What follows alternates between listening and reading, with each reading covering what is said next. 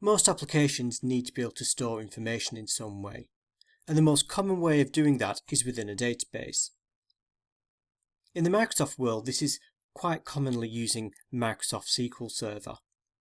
And Microsoft make available a number of editions specifically for developers. The easiest way to get the most recent version is to go to microsoft.com/SQL Server,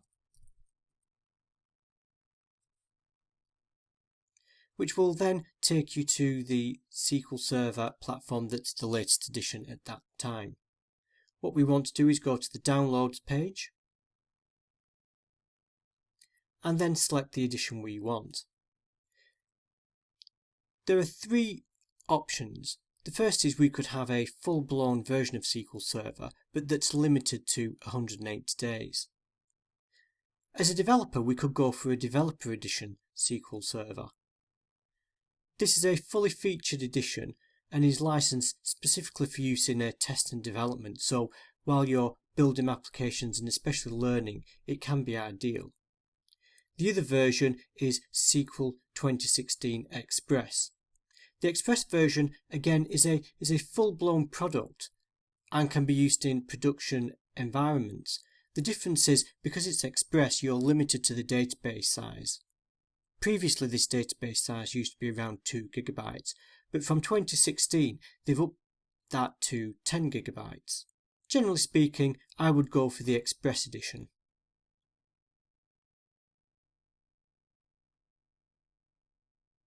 So once we've downloaded the X file, it's usually a small file because it downloads the main binaries when we run it, we then just hit run.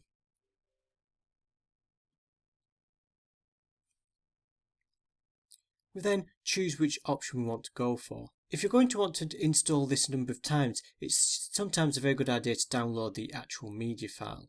For now, I'm just going to go with the basic edition. Accept the license terms and install. Once the download and basic installation is finished, you'll be brought to this screen here.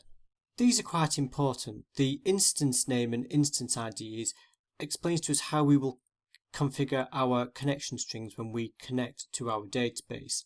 And in fact, it's quite a handy idea to copy this string here because this will be used within our applications later on in the course when we start looking at databases.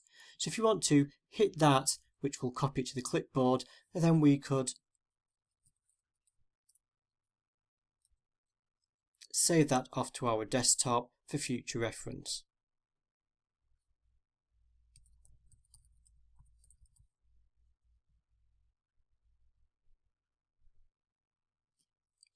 So that's now installed the SQL Server service. However, it hasn't given us any way to actually interact with that service. So what we need to do is go and install what's called the SQL Server Management Studio. And actually there's a link to it right down here. This will now take us to the SQL Server Management Studio download page, again to download the latest version. If you've not installed SQL before, we can just go ahead and hit the main download link. Again, save that to disk. Once that's finished downloading, let's just run it. And click the install button. Once that's finished, it may want to restart, so just go ahead and hit restart. As soon as it's rebooted, we should be good to go. Again, like with Visual Studio, I often like to put shortcuts on my desktop here. So if we go into the search bar and type SSMS for SQL Server Management Studio to launch the app, when it starts up by default it will try to connect or ask you to connect to the local instance that it's just installed. It's helpful just to click connect to make sure we've connected and just have a scan to make sure we can see at least the system databases. So now we know that's all installed fine, we can right click on our icon down here and pin it to the taskbar.